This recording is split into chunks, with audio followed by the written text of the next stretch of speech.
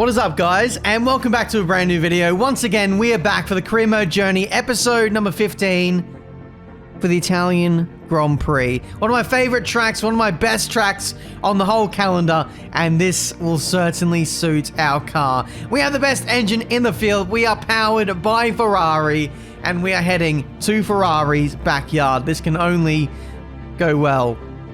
Ferrari's words, not mine. Otherwise, we are fired. Anyway, guys, welcome back to a brand new episode of the My Team Journey. Please leave a like and subscribe if you're enjoying this series, and I will keep trying to upload as much as I can.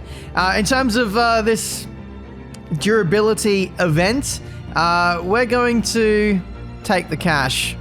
We're absolutely going to take the cash.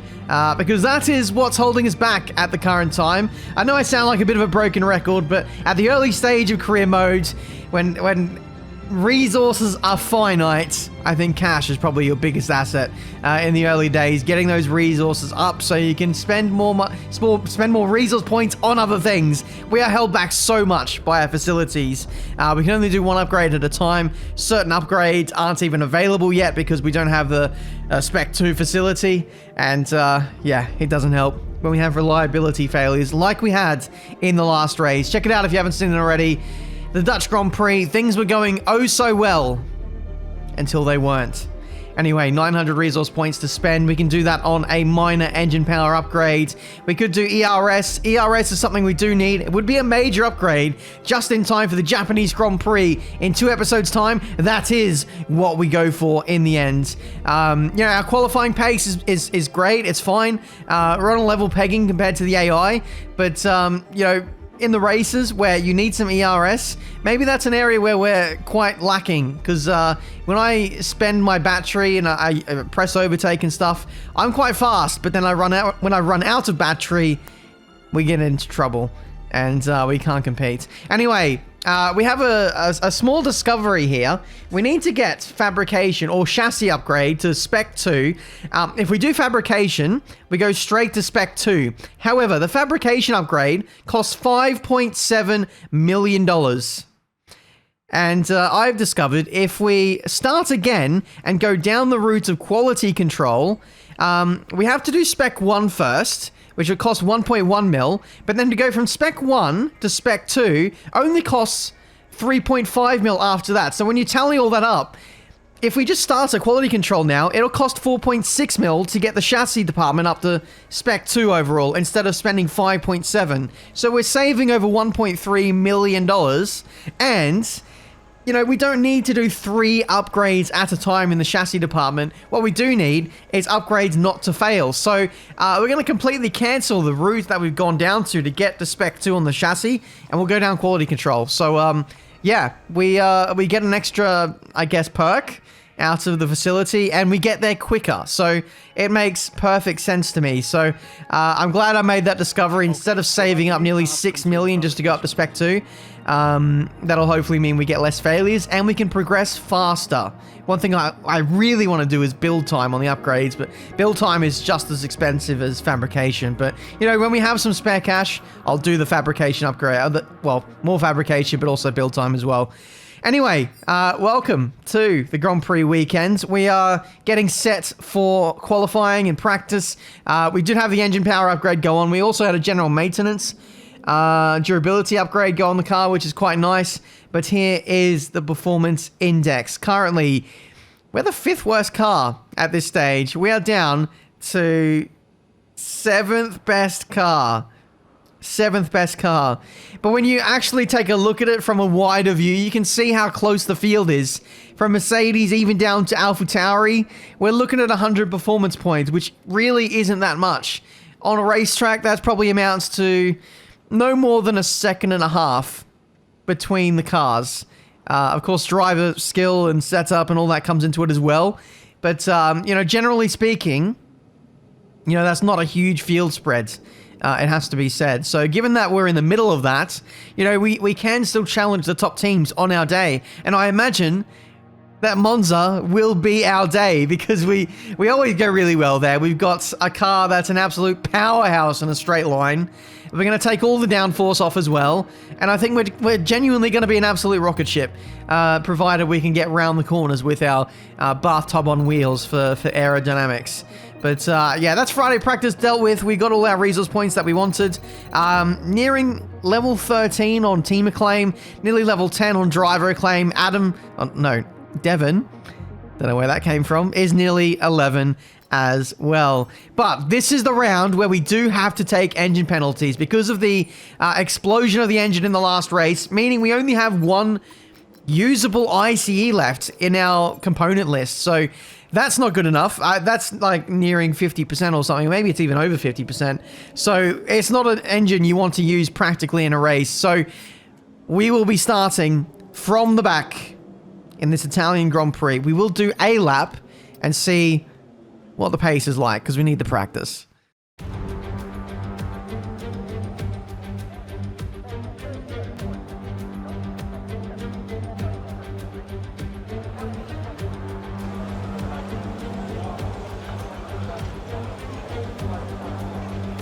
Did you miss me?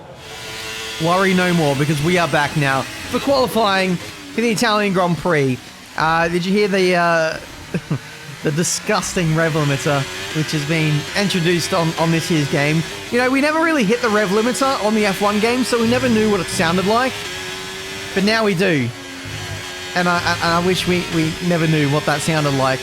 But there we go. We do hit the rev limiter because of our incredible straight line speed. And this is only in qualifying as well with some DRS. There's no slipstream there, so when we get into the race, I think we'll be hitting that rev limiter a whole lot more. I'm worried that the engine's going to blow because, I don't know, there's a rumor that your engine blows if you hit the rev limiter too much. Anyway, we didn't make it out of qualifying, but Devin Butler did. We got P17. I only did the one lap, so I didn't put a great deal of focus into this qualifying session. We're going to start from the back anyway. We've got a 60-place grid penalty, but Devin Butler is on the pace for a change. P7 in qualifying 1. Unfortunately, we are not taking any further part in qualifying, so we don't know how he's going to get on. But I thought I'd help out my teammate by not going too quick to help give him a better chance of getting out in Q1. And turns out he didn't need my help after all, because he's absolutely flying. Nice to see that Devin is finally getting settled into this car, and he will carry the hopes of Marduk Motorsport on his shoulders as we head into the race for the Italian Grand Prix 110 AI. Let's see if we can get some big points in Ferrari's backyard. We're back in Italy once again for another round of the Formula One World Championship. And what a great race is in store for us today, here at the oldest circuit on the calendar, which hosted its first race all the way back in 1922. It's time to see how our drivers are stacking up after yesterday's exciting qualifying session. Lewis Hamilton lines up on pole position, and starting next to them is George Russell. Moving on to the rest of the grid, we have Norris, Leclerc, Verstappen, Perez, Bottas, Fernando Alonso, Gasly, Sainz, Butler, Hulkenberg, Stroll, Joe, Albon, Magnussen, Oscar Piastri, Tsunoda, Sargent, De Vries, Ocon, De Vries. That's it then, it's time to go racing as we head down trackside for today's race. And joining me for today's race once again is Anthony Davidson. Now, can I get your take on Max Verstappen? That was a great win in the last race, but can they keep that momentum going into this weekend? It's always nice to come into a Grand Prix weekend on a high, but your expectations are based much more on your practice and qualifying runs. So it's the momentum from those sessions that they'll be hoping to carry into the race today. What is up, guys? Welcome back to a brand new video. Why did I have that in my head? Welcome to the grid of the Italian Grand Prix. I lost my train of thought. We're starting towards the back. I don't think we've actually overtaken anyone by virtue of anyone else's penalty. So we are dead last in this race, and we have nothing to lose. So we're going to go full send off this start. Hopefully there's some carnage for those ahead. Devin, my teammate, got P11, nearly got into Q3. Amazing effort from him there, given the state of the car. I mean, he's just about doing where the car should be. Actually, seventh car in the performance index. He's actually out-qualified the car for a change. Previously, if we had the 5th best car, he'd be about average. But he's actually exceeded expectations. Not bad. Would have been interesting, though, if I actually tried in qualifying, whether he'd be actually able to out-qualify me. I actually think it would have been close, but nice to see that Devon's finally starting to find some form. But yeah, for us, we're going to do something different for a change. I normally always go for the soft compound tire, go for the undercut, and try and make it work. But Monza's a little bit different. Monza, you can pick up a lot of time by slipstreaming other cars. Sometimes the overcut works really well around here. I'm not saying the overcut is going to work today, but I want to get my slower tire out of the way while we are, buried in the pack. It's actually not that much of a hindrance to be in traffic. As long as you're not caught up behind AI cars who are battling too much. If we can get dragged along with Slipstream and DRS, then, we're not going to lose that much time on this tyre at all. The struggle will be just making the tyre last until the pit window. 5 red lights, and we are underway for the Italian Grand Prix. Last to first challenge. I'm not expecting to get first, but we're going to see if we can do our best. An amazing start before we even get to the braking zone of turn 1. It is P15 as we hit the brakes. And when we hit the apex of turn 1, and we do hit the apex, it's P10. Round the outside we go on Hulkenberg and Pierre Gasly. I think Gasly followed me through. Am I not wrong? Because there was an Alpine who started on the back row of the grid with me, and I think it was Gasly. I might be wrong, but if it is, amazing effort from Pierre Gasly there. I might be bigging up the wrong driver. It was probably Ocon who was starting well back with me, but regardless, we're absolutely flying. We're the ones who picked up most of the positions heading into turn 1, and this sets us up nicely for the back end of this race. A bit of understeer there through the second Lesmo, up into overtake to try and break the slipstream and the toe to Pierre Gasly, having to move around a little bit on the straight to make sure he doesn't attack me. If we work together, use a little bit of race IQ, we can catch up to the next group of cars and be absolutely flying. The last thing we want is to lose DRS, and I don't think we're going to do that now. We are all over these guys who are battling into turn 1. A shard of carbon fiber goes flying off one of the cars ahead. No confirmation on who that actually is, but someone definitely had damage. And now they have even more damage, or someone else has damage. Up the inside we go on another 2 cars into the middle sector chicane. We actually ran into the back of Sergio Perez there with our right front end plate, but we still don't have any damage. Here's the replay as we head into turn 3, 4. I just call it the middle sector chicane. That's my cheat way of not knowing the corner names around here, but here's the replay. That indicates that we didn't touch Perez from his onboard, but I felt like, from my POV, I felt like we touched. Maybe ever so slightly. Either way, we've got away with no damage. I feel like simulation damage is maybe a little bit more resistant to damage this year, especially on the front wing, because there's been a few moments this season where I've touched up another car, like Lance Stroll, for example, and not got any damage. Like Austria, I definitely touched a few cars. Last race, I probably touched a car or 2, but no damage. I've been an extremely lucky boy in this season of career mode over rotation of the rear tyres heading into turn 1 there. This could be a bit of a nightmare circuit for tyre wear. A bit like Baku, if you guys remember, when I think we were live streaming that episode. It was a real struggle getting those tyres to the end. And that's just down to the nature of the handling model this year. When you got big, heavy braking zones and the rear tires start going off, it's not fun. The tire wear is definitely it's not balanced at Monza, and that's meant to be the case because it's rear limited. You're always coming out of a traction zone. You're always getting wheel spin, or you're running low downforce as well. So the rear tire wear should be a lot higher than what it is on the fronts compared to this place. The fronts don't really cop too much of a beating. There's the 2 Lesmos here we got coming up, and then you've got Ascari and then Parabolica. That's really the only time the fronts really get tested all too much. So yeah, there is a lot of rear bias tire wear, and when you have a rear bias tire wear track on this game and the tires go above 25%, I'm sorry about the lecture here, but when they go above 25%, it becomes a lot harder to drive. And I feel like we're starting to see the effects of that come in. So the deeper we get into this race, I mean, look at the tire wear there. Rear tires, I think, were double the tire wear of the fronts. So, yeah, this is going to get progressively harder. Look at the over-rotation again. Heading into turn 1, rear tires locking. When you lose rear grip on this game, particularly on a circuit like this, it becomes near impossible to drive. But we are doing our best to march on with this race.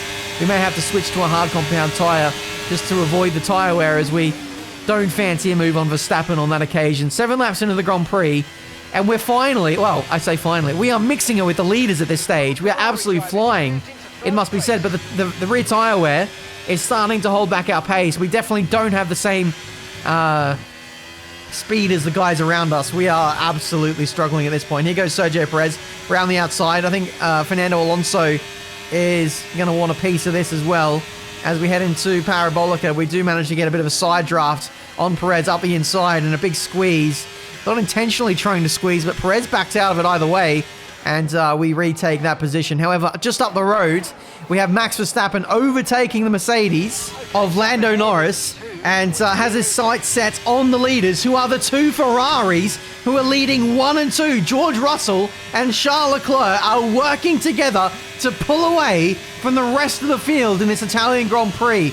Meanwhile, we're fighting away side by side with Fernando Alonso into Parabolica. Again, we're getting a lot of understeer there. We just don't have the grip that we want with that low downforce, especially with these tires going off.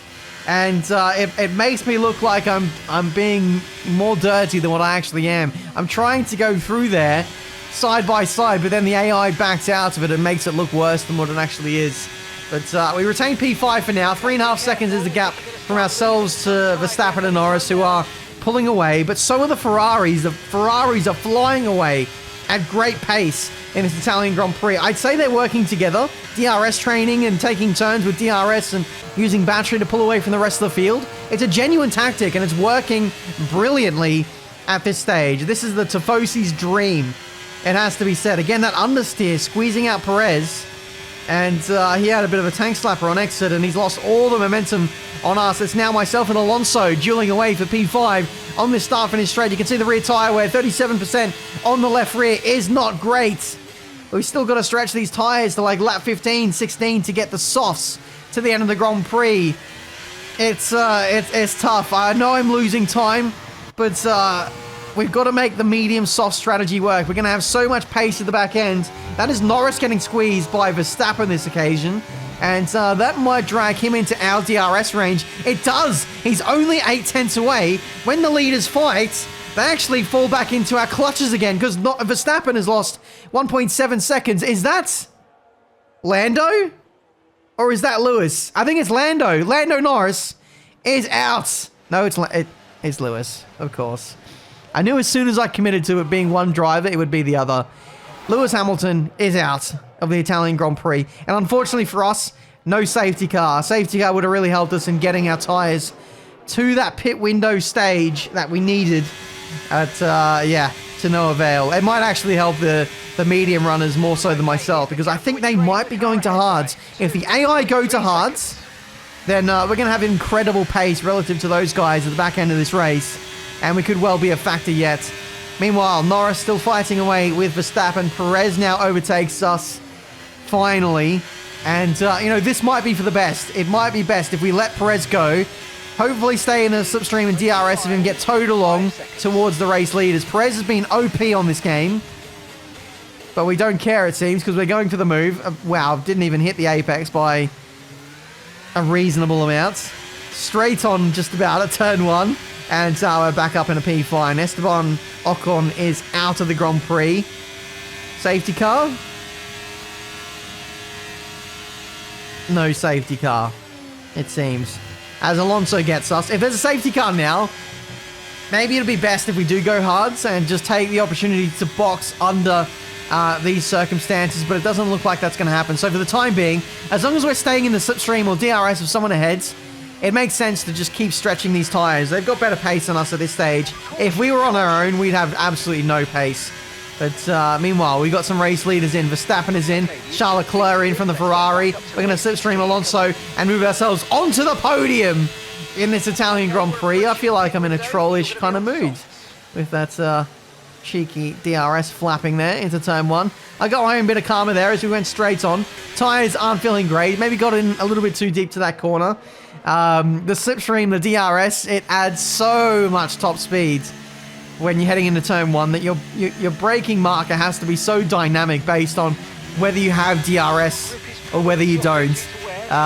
It's crazy how much the braking zones kind of move around based on whether you've got DRS or not. And even when you've got tyre wear, when the tyres get to this stage, the braking zones need to be a lot shorter. Well, what am I trying to say? The braking distances become a lot longer. It takes a lot longer to slow down the car when you get to this kind of stage of the tyre wear. So it really can be quite treacherous.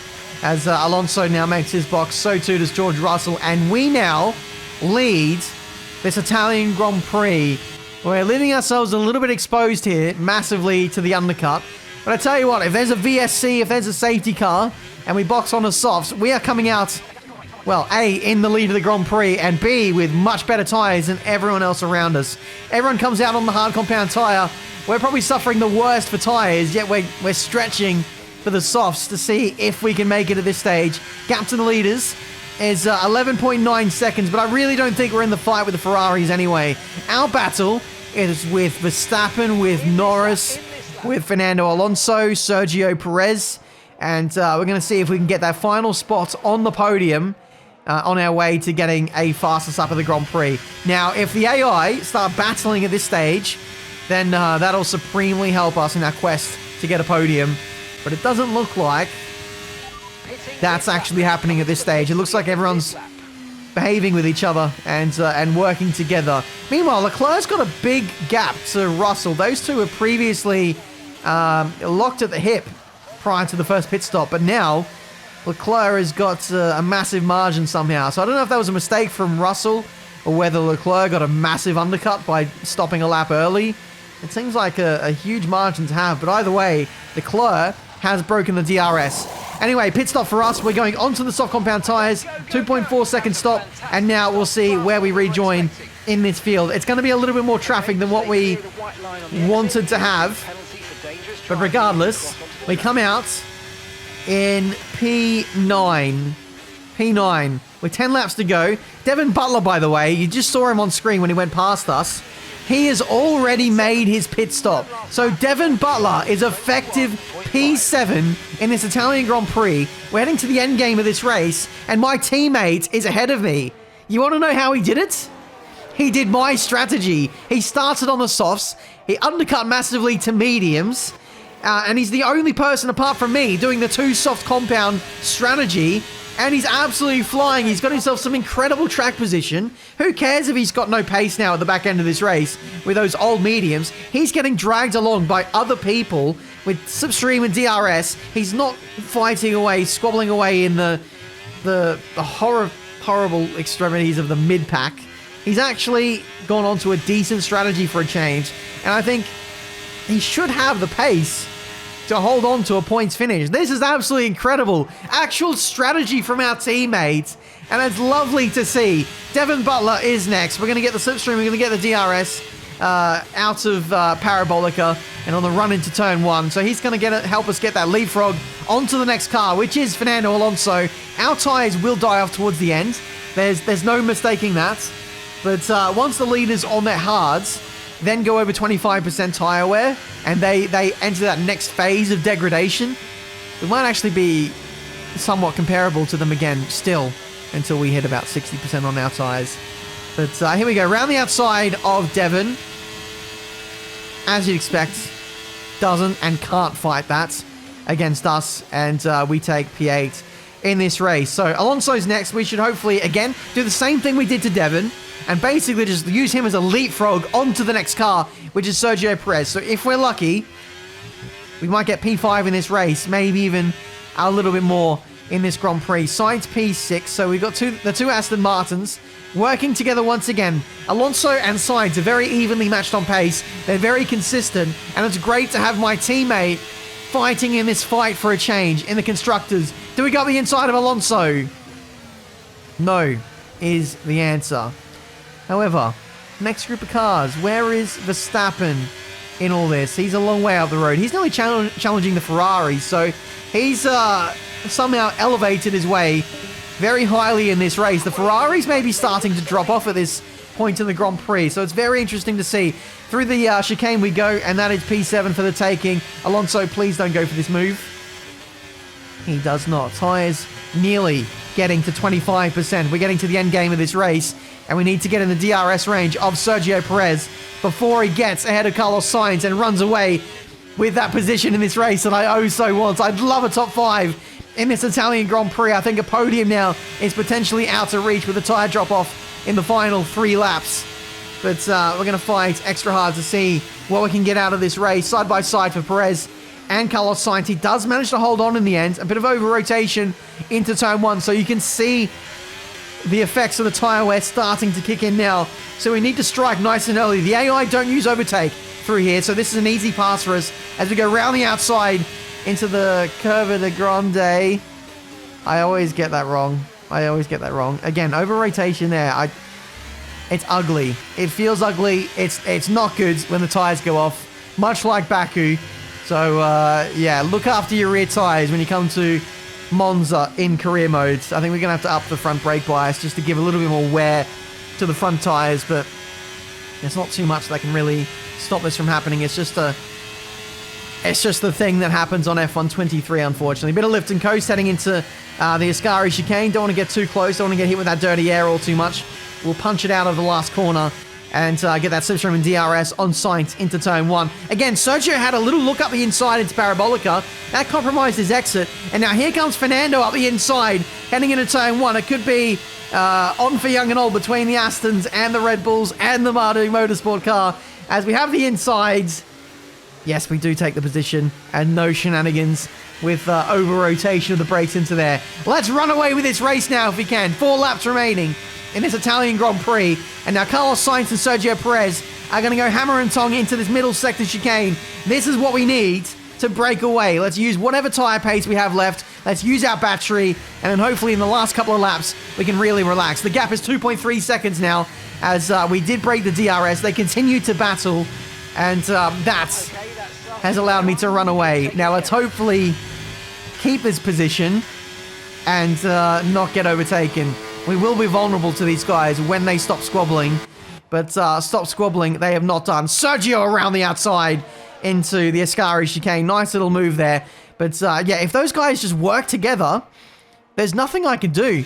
They could so easily catch me in a lap or two if they got their act together. But they're too busy infighting between teammates, between teams. And yeah, I think that is GG for us now. 4 seconds to Sainz, Alonso, Perez, and company behind. Actually, I think my teammate is starting to re-catch them again. So if they keep battling, then it could be the dream for Devin Butler. But speaking of dreams, it is the dream for the Tifosi and for Ferrari. Charles Leclerc wins the Italian Grand Prix, making it a 1-2. No, it's not a 1-2. Max Verstappen stole it at the death from George Russell. Still though, a Ferrari win at Monza is the dream for all involved. P5 for us at Marduk Motorsport. And that's the end of the race. We'll see you in Parc Ferme. Oh my words. Ferrari was so close. So close to a 1-2. Damn you, Max. There it is then, victory in the Italian Grand Prix, an historic race and an achievement they can be immensely proud of. And talk to me, what do you think it was that sealed the win for them? I feel like consistency was probably the key today. There's being quick, and then there's being quick lap after lap after lap. If you can do that, you can capitalise on other people's errors without making many of your own. And that's an approach that can push you a long way up the field. And here we are, a team that is no stranger to the podium, taking their place on top once again.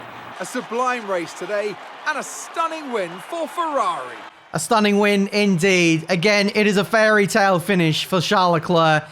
So close again for Ferrari to get that podium, but what a drive from Max. He was in the realms of us at the halfway stage of that race, and he just romped on forwards in that race, just demolishing everyone in his path. If this is a 100% race, then this result could have been very, very different. That Red Bull is so quick. Absolutely so quick. I'm really impressed by the Ferraris. They're, you know, still not the best car, but in the last couple of races, they've been dominating, it seems. But, yeah, fair play to Charles Leclerc. I'm really interested to see what the driver's standings looks like now after this race.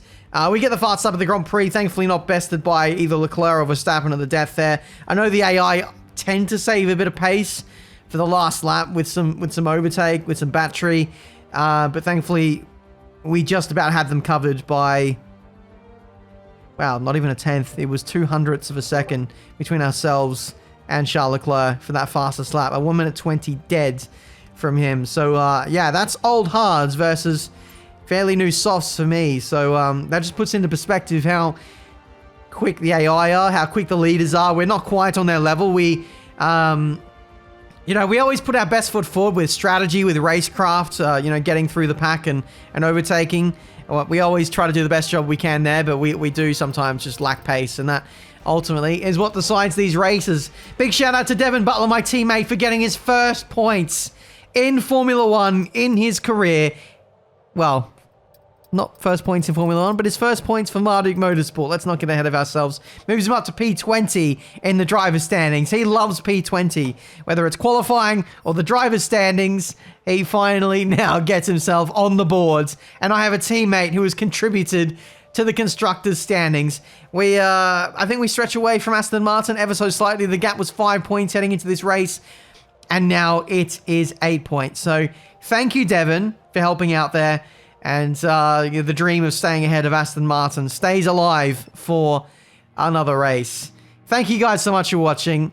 Hopefully you guys enjoyed. Leave a like if you did enjoy. Subscribe to the channel if you're new to see plenty more racing game content. The rivalry breakdown is looking pretty good for us and Carlos Sainz at this stage. So we'll have a big old bout of driver acclaim heading our way in the not too distant future. Level 10 driver acclaim, speaking of, for us there, and a good amount of cash coming in by meeting the sponsor objectives. We'll get a running total of what we're looking at heading into the next episode, but hopefully some more facility upgrades on the horizon. 4.4 mil. I think we can probably do our Spec 2 upgrade on the quality control for the chassis, so look forward to that in the next episode, and then we can unlock more chassis upgrades and potentially be more of a threat heading into the end game of this first season. But there we go, guys. Italian Grand Prix always delivers. Hopefully you enjoyed. Thank you so much for watching. Until the next one, I'll see you next time.